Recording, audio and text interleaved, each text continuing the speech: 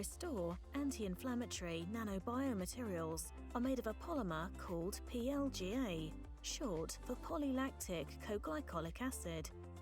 They also contain Ibuprofen, a very common non-steroidal anti-inflammatory drug. Both the polymer and the drug are dissolved in an organic solvent, acetone, that is afterwards mixed in with a hydrophilic non-ionic surfactant solution. The nanoparticles are formed by the nanoprecipitation method under stirring and then washed through sequential centrifugations with water. To check the quality, size and charge of the anti-inflammatory nanoparticles, they are then characterized by dynamic light scattering and their morphology analyzed by transmission electron microscopy.